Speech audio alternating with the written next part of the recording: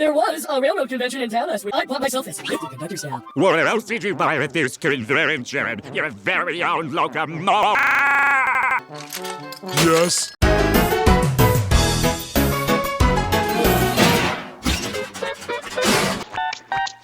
Now, where were... Ah yes, trains. Who doesn't love trains? Well, Republicans, I guess. They hate everything. Personally, I'm not a big fan of trains, but I remember enjoying Thomas the Tank Engine when I was younger, along with Choo Choo Soul and I guess riding the tiny trains in the mall with my sister. Damn, do they even still make tiny trains? Anyways, one of my favorite train-related things to ever exist when I was a kid was the SpongeBob episode Tristery with a Mystery, or as all you know it as, the Great Patty Caper, not to be confused with the season 5 episode, The Patty Caper. I remembered being hyped for this episode when I was little, along with the big one, Frozen Face Off, and hell, even Wedge the Bikini Bottom. Yeah, at one point in time, I was hyped to see one of the most mediocre things I've ever reviewed on this channel, mostly due to the Burger King toys released for it in the previews of the Monster Store, which ended up sucking, like most of the episodes in that anthology. And this episode, to some extent, was no different, because back during the dark age of SpongeBob, Nickelodeon would hype up these half-baked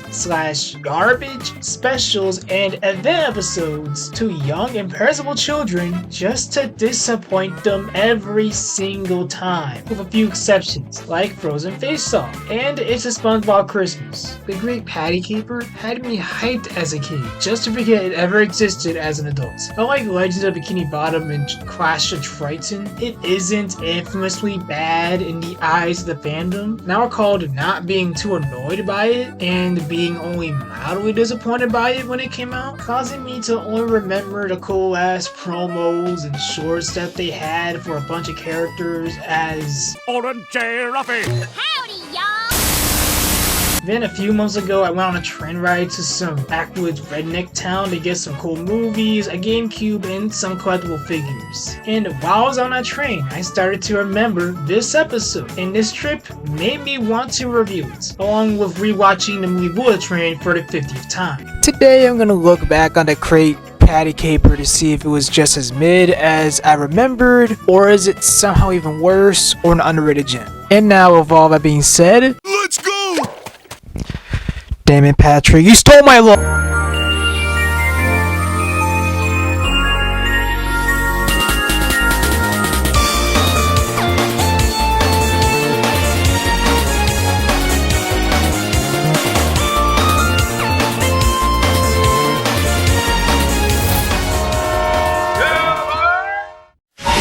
This is not an ordinary train. These are not ordinary passengers. And this is no ordinary SpongeBob special. Patrick, call the cops! Cops! I need you! In the first ever SpongeBob mystery, Each of you had the means to do it. one of these suspects has stolen Bikini Bottom's most prized possession. You calling me a liar? Yes! Search him, Patrick. With pleasure. Find out who did it Another one! in the ultimate whodunit. SpongeBob's Mystery with a Twistery. The brand new special premieres this November. I think our troubles are over. Only on Nick. This episode starts as usual with SpongeBob preparing to make some slabby daddies. Oh frick, I mean Krabby Patties. And oh no, there's no more Krabby Patties! Meaning that him and Mr. Krabs have to make some from scratch. Not to be confused with Scratch from the Adventures on the Hedgehog or the forgotten Nicktoon Cat Scratch, in case some of you have never heard that expression. Anyways, while that's happening, Boynton shows up from the safe to steal the Krabby Patty formula for the 1000th time, causing Krabs to get annoyed about how played out this is. Which makes sense because Plankton has been trying to steal the Krabby Patty formula for many years, even before SpongeBob started to work at the Krusty Krab. So I get at this point, Krabs is just sick of the routine of catching Plankton stealing the formula and throwing Plankton out of the restaurant for the hell of it, like in most episodes. And most episodes don't really show that. And I can appreciate this episode for showing this side of Krabs, instead of just doing the usual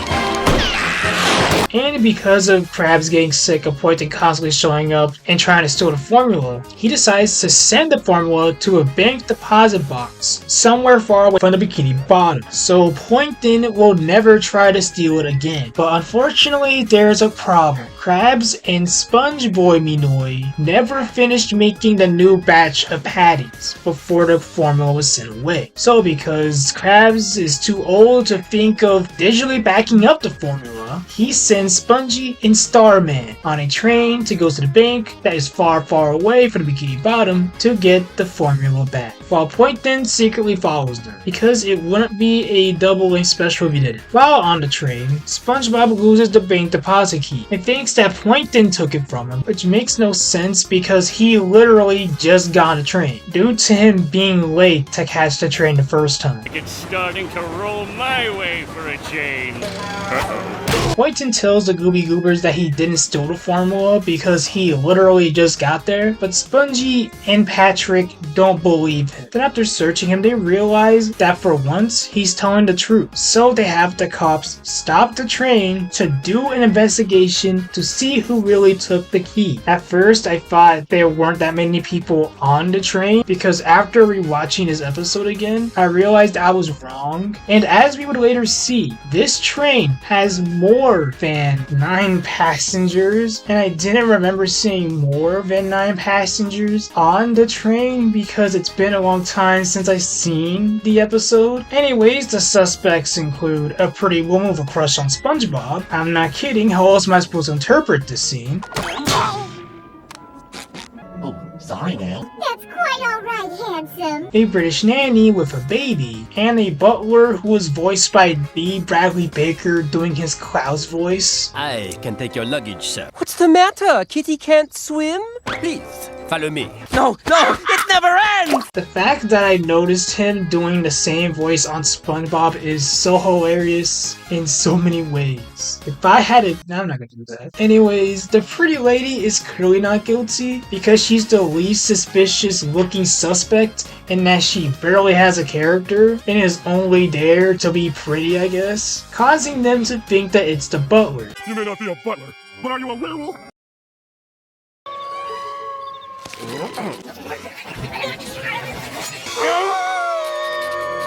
Then the police revealed to SpongeBob, Patrick, and Plankton that the butler isn't an actual butler, but a random criminal named Orange J. Ruffy. Oops, sorry, one clip. You have just outed Orange J. Ruffy, wanted for the embezzlement of over $75,000 worth of ham sandwiches. And the nanny and the baby turned out to be a group of baby jewel thieves who stole some diamonds and rubies or some shit. Honestly, I never liked that reveal. Then it turns out that entire time, Patrick had the key because SpongeBob peed his pants earlier in the episode off screen, which honestly doesn't make any sense because he's a sponge and that he's an adult man. And if you don't know why I think SpongeBob peed himself, well, it's because of this line Patrick says. Cleaning your shorts from your little accident earlier. I honestly don't know what other kind of accident with air quotes that Patrick would be referencing. Definitely not falling out of the dining car. That was definitely an accident, but at the same time, never once during the whole scene he took SpongeBob's pants. Anyways, the special continues with SpongeBob, Rick, and Plankton going back to their cabin to relax. Then Plankton, because he's evil, pushes SpongeBob and Patrick out of the window so he can get the key and steal the Krabby Patty formula. SpongeBob and Patrick proceed to go after him and eventually catch up to the train, where they start to chase Plankton. Then the unexpected happens. Plankton traps them in the tank engine engine, detaches it from the cabooses, and I guess leave hundreds of people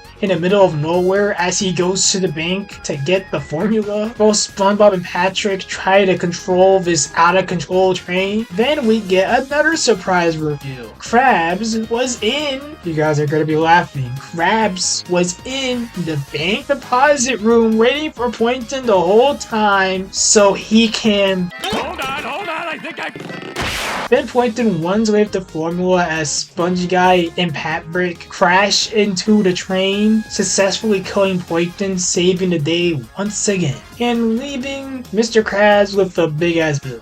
Not so fast, Krabs. You've got just enough in your bank account to cover the cost.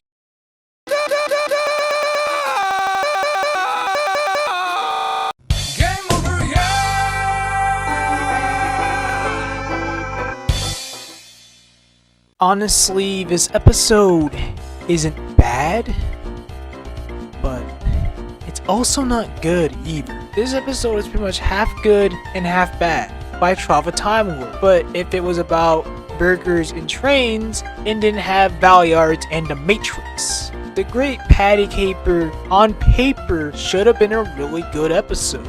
But in execution, it teeters on being really good or bad, and it just starts to make me wonder why Nickelodeon even greenlit the episode in the first place. Honestly, the beginning of the episode set up to be an epic trip SpongeBob would have to go on to get the formula, along with a mystery who took SpongeBob's key, being a good way to introduce a new antagonist for the special. Too bad this episode doesn't do that. Instead of doing a classic railroad mystery with a SpongeBob twist, they just stop the train and have most of the suspects be guilty of stuff that wasn't even relevant to the plot at all, which causes the special to suck halfway through. I guess only Plankton can be the villain in a special episode, I guess. If anything, I feel like this episode would have been much better if it had a twist villain, so it can actually be a twistery with a mystery. This episode was literally marketed as an epic railroad mystery with a twist, and it would have been great if it was a epic railroad mystery with a twist. You could have had SpongeBob and Patrick play detectives like in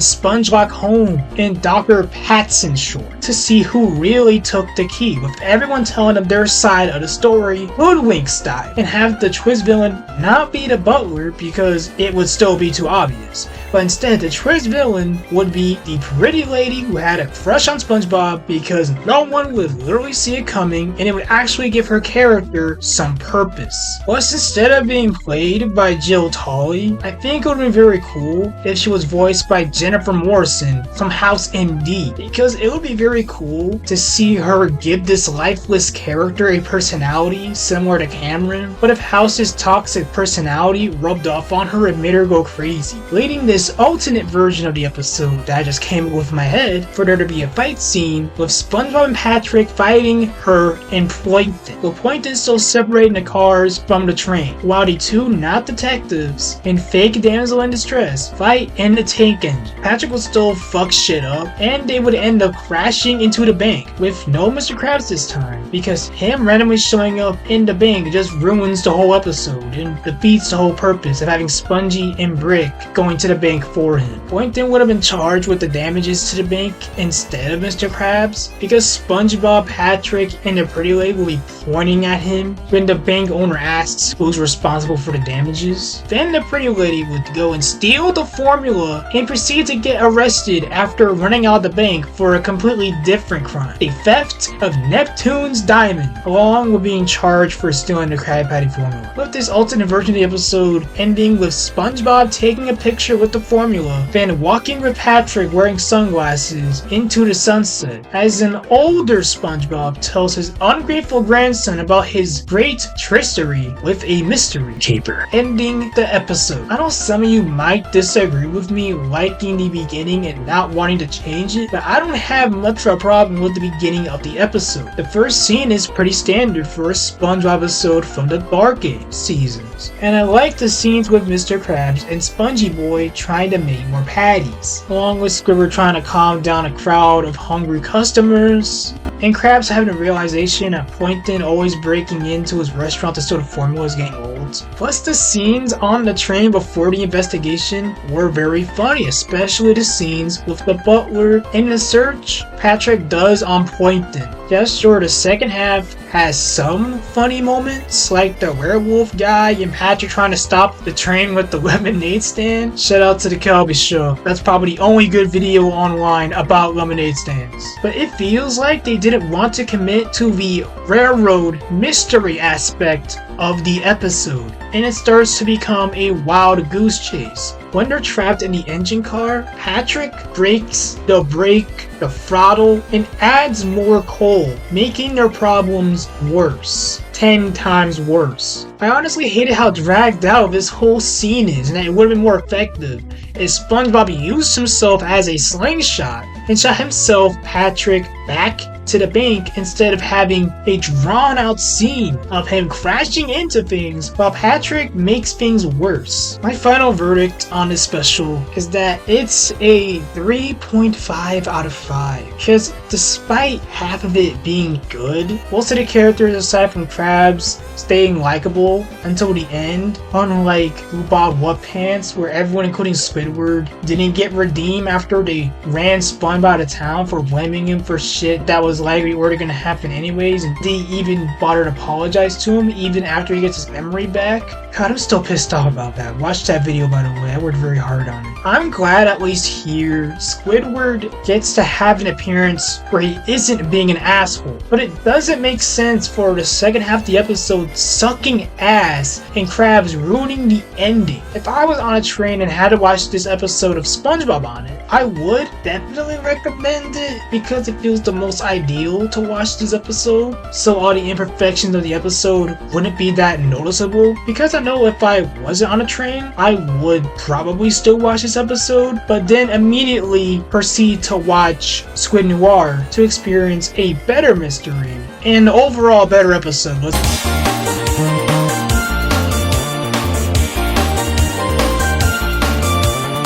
I hope the writers on the current seasons do another road trip mystery episode, because the potential of a great episode or special was still here. And hell, it would have been very cool if one of the actors from House made an appearance in the episode as a clever reference to the show, or as a cool guest star character. Honestly, if anyone from House appeared in an episode of SpongeBob, I feel like the world would be in a much better place. If that happened in any SpongeBob specials, let's be real. I did it all by myself, Mommy. Thank you, my good man.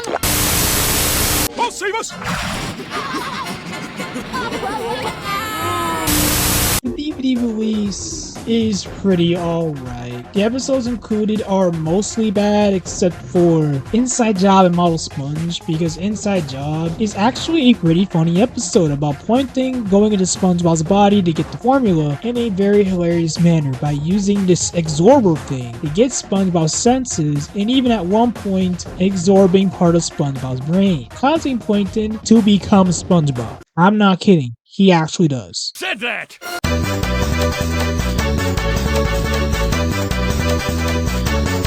It's beautiful! All of the delicious ingredients living in perfect harmony! No wonder Steven Hillenburg picked Tom Kenny instead. This feels cursed in the most hilarious way. And then the episode ends in the funniest way possible by having Poynton become Patrick. Oh shit. Here we go again.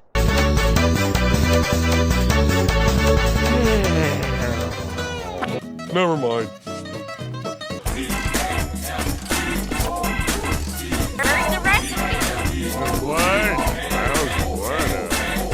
And then there's Model Sponge. It's just a mid-episode that's only enjoyable for the scenes with Hans in it, aka the hand that gives SpongeBob his pants in the opening sequence of every episode. The shorts for a great Patty Caper honestly were the best part of the DVD, along with Inside Job. The main menu here goes so hard. Even though it's just an animated image, it does make me feel hype to watch the DVD's namesake, because look at Spongy Boy. He looks like he's having the time of his life, while Patrick is just there eating Krabby Patties. This episode would have been 10 times better if it was replaced with Plankton. The other menus are good too, but they're not as hype as the main one. So I'm gonna give this release a 3 out of 5. Almost like the episode itself. Kinda hope there aren't gonna be any other Dark Age DVDs that I'm gonna talk about later on this channel that aren't this mediocre. And I hope y'all enjoyed watching this video. Make sure to comment what other SpongeBob specials you want me to talk about, along with movies or shows you want me to. Because again, I'm all ears. So let me know in the comments what you want to see. Because for all you know, I might just see it and I might make it. This has been a Bird Show. And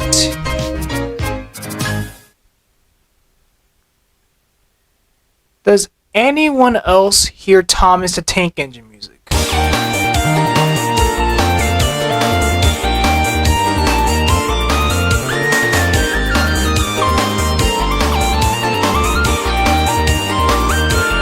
Fugitive Orange J. Ruffy. Hello, I'm the Nostalgia